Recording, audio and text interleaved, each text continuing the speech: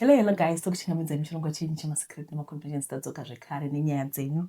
Muzuva ranhasi tine nyaya inorwadza yamama vakasacrificegwa mwana wavo nemurume wavo. Zvakaoma hazvo.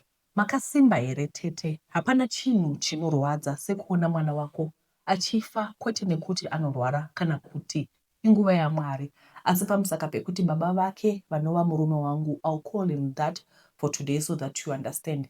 Munhu asingagutsikane. It's been 7 years vatete, asi moyo wangu uzere zibundu, bundu risingadziki, bundu rekuti zuva nezuva moyo wangu wakaremerwa. I cry myself to sleep. Chero ndakabva mumusha umu, still hazvindipe comfort pamusaka pekuti ndinoziva kuti nguva yaMwari chaiyo yainge isati yakwana. Mwana wangu was full of life and he had a brighter future ahead. Zvakatangira pakuda mari, kukara kwemurume wangu uye nekutamba neshamwari dzakashata.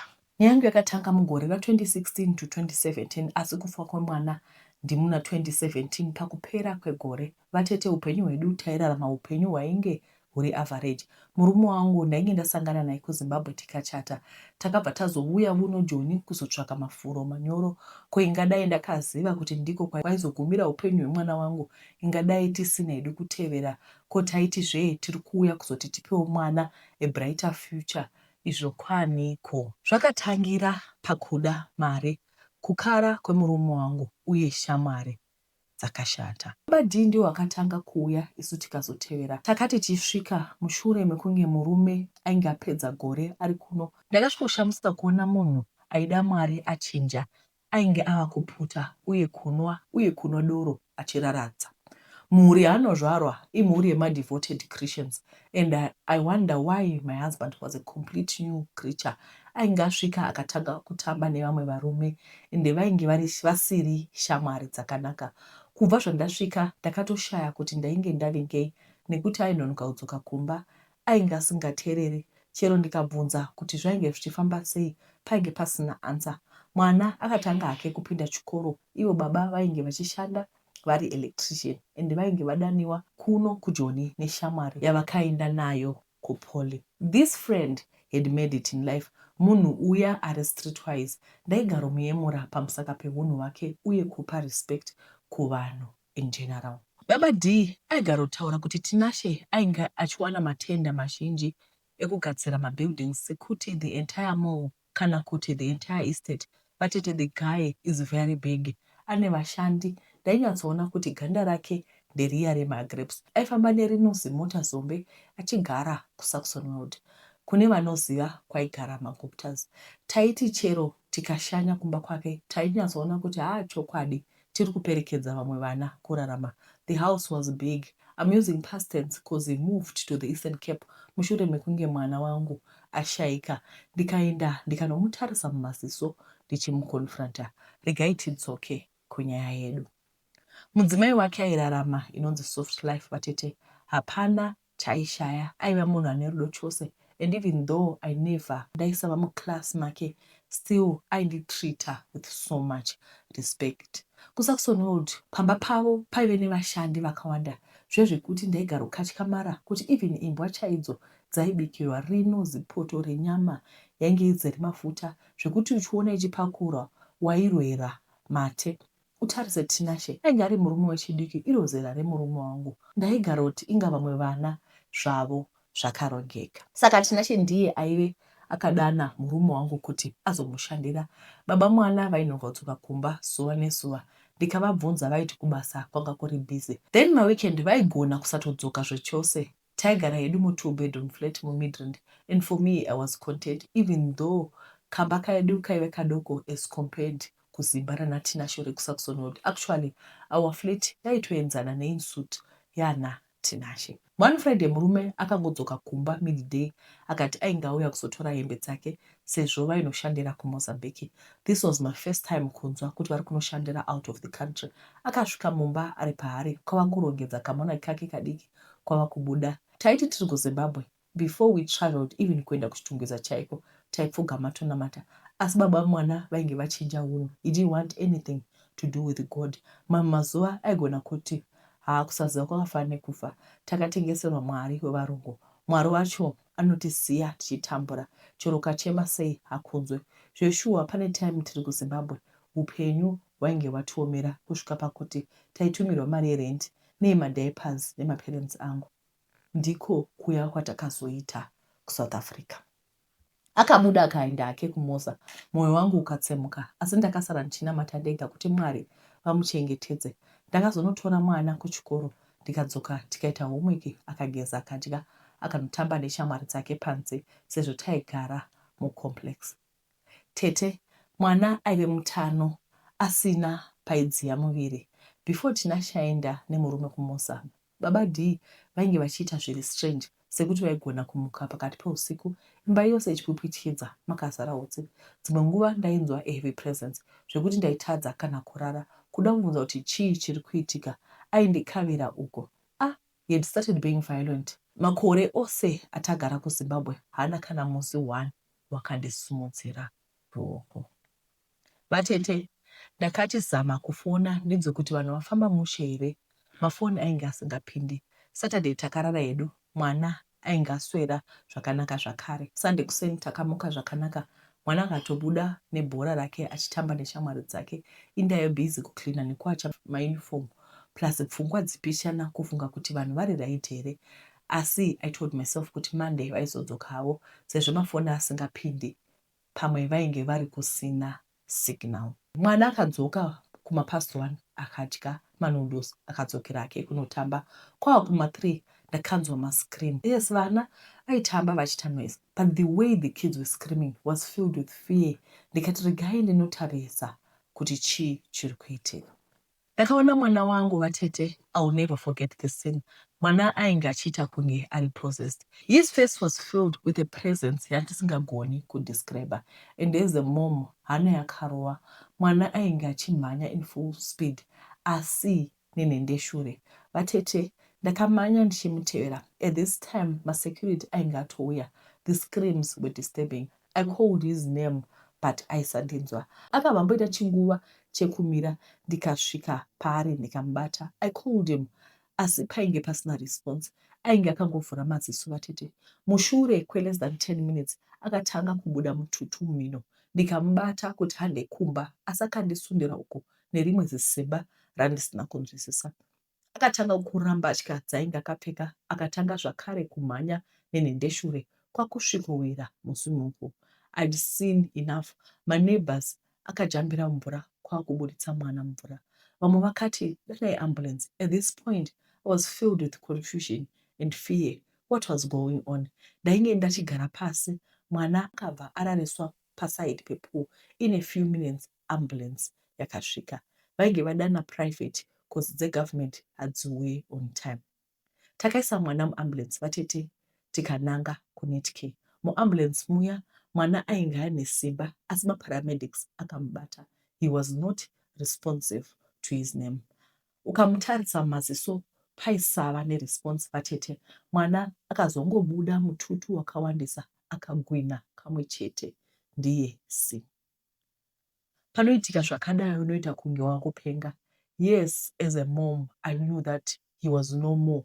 And yet, I'd hope kuti mwana achaita right. Maparamedics vakavhara mwana maziso uku ari kurova window kuna driver wedzera speed. Ambulance yakawedzera speed and the driver aiva mukadzi, and I think she could understand my pain.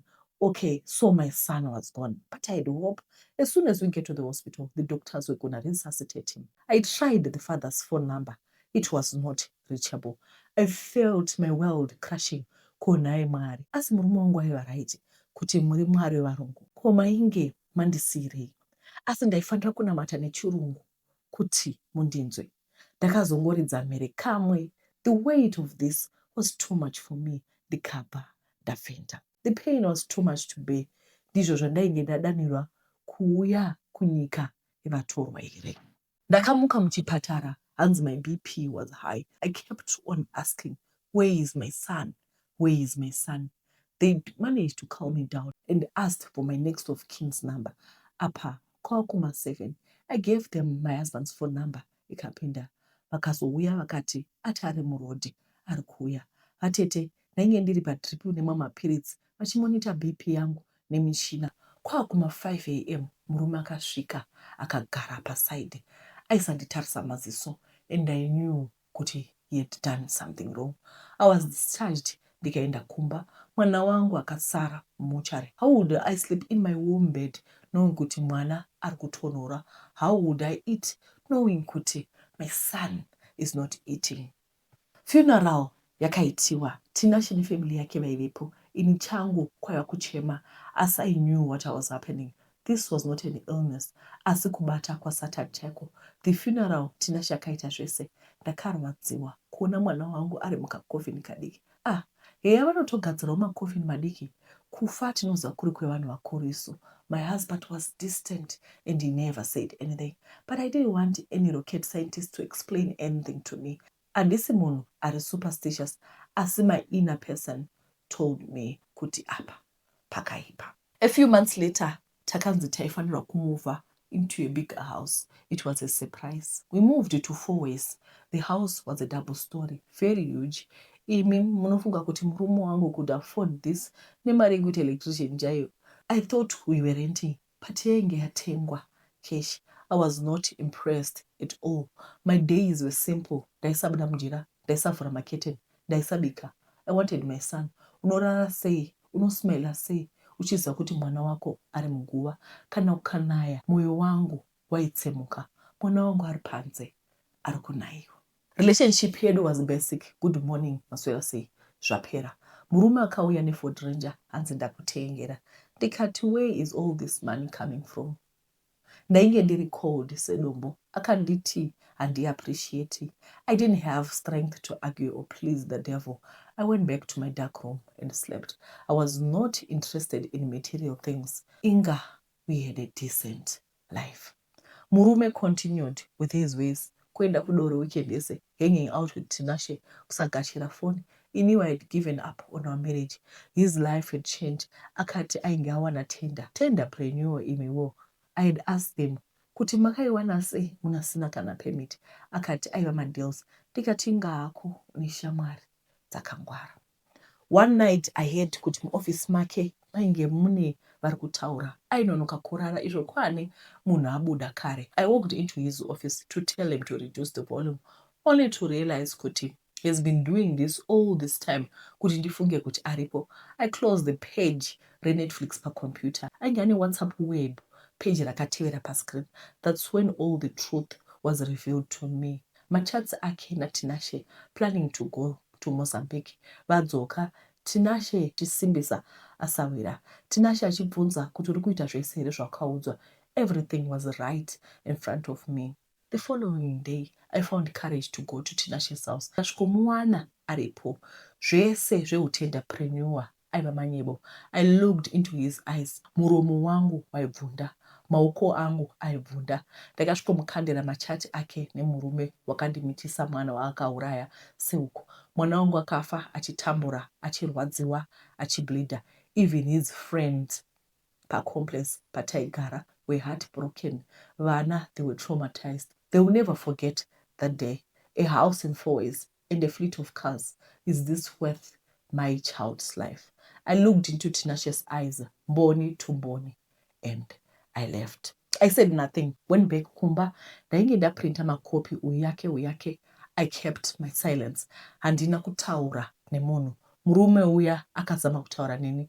All I did was pack my bags and went to Pretoria to my brother's house. I kept my silence till today. Tinashe moved out a few months after the confrontation. Akazama kufona soon after the incident. I ignored. He texted, I blue-ticked, and he then left Saxonwald. I remained silent because there was nothing to talk about. Kutaura kwaizodosa mwana wangu here. That's why murume wangu aisada zvamwari achishoropodza because ainge akuita zverima. Iyi ndiyo nyaya yangu vatete, ndatenda. Hanzi mukadzi akafirwa nemurume anonzi widow. Murume akafirwa nemukadzi anonzi widowa. Ndizvo chirungu kaichi. Asi hapana word rekudescribe mai vakafikwa nemwana. Munoziva pain. Munoiziva pain yekuleba ino. munoisa pain yekugara 9 months mwana ari mudumbu, uchiita morning sickness, uchitadza kuvata, musana uchigwadza, even your structure, even the skeleton inochinja shape when you are pregnant. We all know that. Nothing is going to describe the pain of a mother akafirwa nemwana. Nothing. Tisati tapinda munyedu inotevera, pana mukoma vanonzi Tinotenda Kuseni. Pane musikana ari kutaura kuti iye vaidanana, iye aigara ke kumadokero, iye achigara kwavaigara. Saka mukomana paakazonzwa kuti vane nhumbu akabva avabhuloka. Zvino nyaya iripo ndekuti vari kuti ndotsvaka hama dzake nekuti izvezvi mwana akazvarwa. Saka I really need to get in touch with the family. Kana kuri kuti munoziva mukoma Tinotenda Kuseni, bedwe nditumire message inbox anditi vada kuti mwana azive hama dzake. Iwo ari kutaura zvakare kuti ingadai asina kuvabhuloka, dai vachingotaurirana zvakanaka. Regai tipinde munyaya inotenda. Vatete, regai ndikuudzei henyu vatete zvandakaitawo rimwe gore. Ndaiva hangu ndakaroorwa kuShurugwi pedo netongogara high school. Tiri pamusha taitoona kuti icho chikoro icho vatete, asi ini hangu ndaigara nemurume wangu muShurugwi. Aishandira maIndia vane mazibuilding zvakare muGweru. Saka dzimweni dzenguva vatete, kumba kwemudzimai wemuIndia kwainuka basa, mapisi job. Chaitika ndechekuti mai muIndia vainetsa zvekuti be, saka hakuna musikana webasa aigara chero vhiki chairo. Saka murume wangu akati madam vaitsvaka munhu wemapart time. Saka ndakawanirwa basa pamai muIndia paya tete. Ndaienda rutatu pavhiki. Basa racho raive rekuklina, kuwacha pamwe chete nekuaina vatete. Handizivi kuti mweya wechibhishi wakandibata sei. Ndakatanga kufambidzana nababa vepamba apa muChivande. Baba ava vaichita mukadzi wavo, ini ndichichitawo murume wangu. Saka yangu relationship yanga iri secret, hapana anofanira kuzviziva. Manyemwe nemunyama zvinofambidzana. Nhumbu yakabata vatete, asi ini ndainge ndisingazivi kuti ndeyani. Ndeye murume wangu wemumba here, ndeye kwandiri kuita mapart time. Ndichiitawo piecework yechikiti. Ndakanetsekana, chero ndaiita mapiecework yechikiti naMr P, ndaiziva hangu hapana pavaizondiroora. Zvaingova zvefinancial benefit chete. So kuti ndiite come clean, ndaiziva kuti kwaidova kuparara kwemarriage. Ndakazviudza kuti ndaizochengeta secret yangu, ndaizochengeta nhumbu yacho, ndaizoona kwaiwira tsvimbo nedohwe vatete. Kana mwana akabuda ari murume wangu, ndaizongonyarara nekusingaperi. Kana akabuda ari kwaMr P, ndaizoita plan. Zvisinei, mai waP akazodaniwa nevana kuUK. Ainogara over 6 months. Saka akati ndisachauya kubasa. Ndipo pandakazobva ndonogara kumusha. Taigara namai, asi vanga vakura zvavo. Saka pakarwadza mimba, ndaingoti gare gare ndomhanya kunodurura. Metsi dzangu ndaive ndaronga nechekare. Ndaizozvarira mutoilet. Kana kabuda ari wemurume wangu, ndaizochengeta. Kana ari wekwaP, ndaizoona zvekuita. Kusaenda kukliniki kwaidova kuziva zvandaita. Ndakanzwa kuti mwana ava padyo, kwakuenda kutoilet, kwamai vaingoti munhu ari kurwa nemudumbu. Time yekuita push yakakwana, kunogomera kudai mwana ane vhudzi rinoerera kunge remaIndia. Ganda rake rechiIndia. Vatete handina kumbopa mwana nguva yekufema. Ndakangoti uromba dzvi, mwana akafa. Ndakaona kuti ndaifanirwa kuita conceal evidence yacho vatete. Ndakatora newborn wangu wandainge ndabva mukuuraya kwakukanda mutoilet blare apa yainge yoda kuzara. Vatete ndini ndakatanga kubongomora mhere kuti ndazvara mwana akafa. Asi mwana awira mutoilet, abva atonyura, apinda mutsvina yaiva muchimbuzi. Yakaita baramhanya vatete, poitwa sei manje. Vamwe vangu vainge vongodzana vakamira pamusuo wetoilet. Vanhu pavakanzwa mhere vakaungana, pakaitwa kumusangano, foni dzichirira kuti toitwa sei, toilet yoputswa here, vanhu voshandisei, potengwa fuel here, toilet yoitwa kupiswa, tsvina yotsva here, ko mwana awira mukati. Nyaya iyi yakatemesa vanhu musoro, apa zuva rainge ropinda muna mai varo. vanhu vakapararira sezvo mwana mucheche asingaunganirwi, asingaridzirwi mhere. Bva ini ndainyepedzera kubatikana zvikuru. Mangwana akasvika pakaitwa decision yekuti Blair ipasiwe, asi first kwakutanga kukupa tsvina iya ichinoiswa mumwinda. Mwana akazoburiswa asanga atofuta chaiko, akangoputirwa nemucheka zvikanzi state yaanga ava yaisada kuti timborebesa munamato. Mwana akaradzikwa hake panzvimbo inotonhorera. Handizivi kuti mamai echikuru akazviona here kuti mwana mukaradhi vakangofunga kuti ikala yekuzvarwa nayo. This is the first time yandiri kutaura nyaya iyi. Ndiri kuda kuzvisunungura nekuzviregerera. Murume wangu haana kumbobvira aziva kuti ndakambobvisira hembe nabosi wake Mr. P. naMr. P hatina kuzombotaura tese, havatozivi ndakauraya mwana wangu. Chero dai vakaziva handifungi zvaichinja anything, sokuti havatenderi kuroora outside their race. Kokuzoti kuita mwana hako, it's been 5 years zvaitika, asi mbereko iri kuramba. Ndakatokumbira Mwari, asi ndoona sekuti ndiyo punishment yangu. Murume wangu wemumba handina mbobvira ndamuudza vatete ndotangira pai naiweduwe. Akazopedzisira abuda hake nenhau zvinzi ndiri ngomwa, asi hwangu humwa huri self-made. Mazvokuda mavanga enyora. Ndinodemba vatete kuti dai ndakaziva hangu ndakachengeta mwana wangu. Marriage yaipera, vanhu votaura, asi zvaizopera. Zvimwe mwana uyu ndiro rega zai rangu raizochochonya. Ndinodemba uchapa wandakaita nabhosi vemurume wangu. Ndozodembazve kuuraya ropa risina mhaka randakadzvinya nemaoko angu. Kwanguva kugara, asi chokwadi chiripo tete ndechekuti kwanguva kugarira goyo sembwa. Marriage chaiyo yakaparara. Vatete nedare ngavavimbike, nekuti zvegumbo mumba gumbo panze zvinokupa maproblem asingaperi. Nanhasi handina rugare, ndiri mhondi. Ndakaitawo chibhishu chakapusa kweniwo ndaizotenda Mr. P nemusoro wemwana kuti vanga vaitei. Mawa here meseji yatagwa kwokupedzisira kwaiva tete nemiwe dare mose. Ivai vanhu vakavimbika nokuti zvinokupai matroubles pamberi. Tisati tasvika kukuvimbika kwedare nesu tose tiri kuona pano. Gaiva Mugabe vachigara vachibata basa munyika yeZimbabwe nekuti vanhu vakaganga vakadzi kanzi after God fear women. Hlai vakadzi nekuti vanosipoti kwai after God fear men. After God fear women. Ngaitigumire pano because after reading dzimwe nyaya dzinenge dziri emotional unoshaya simba rekuramba uchienderera. Saka ngaitigumire pano. Ndinotenda nekuvimba kuti muchava nezuva rakanaka. Mwari vakuitirai zvakanaka. Dambudziko rataita nderekuti hatina magetsi. That's why nhasi muchiona kuti kumashure kunenge kuri a bit dark. Tisati takangamwa zvakare. Vose vaichema zoro vachiti link yediaspora haisi kuita, nhasi yagadziriswa. Ndokumbira kuti mukaibaya mumboiregedza so then inobva yauya.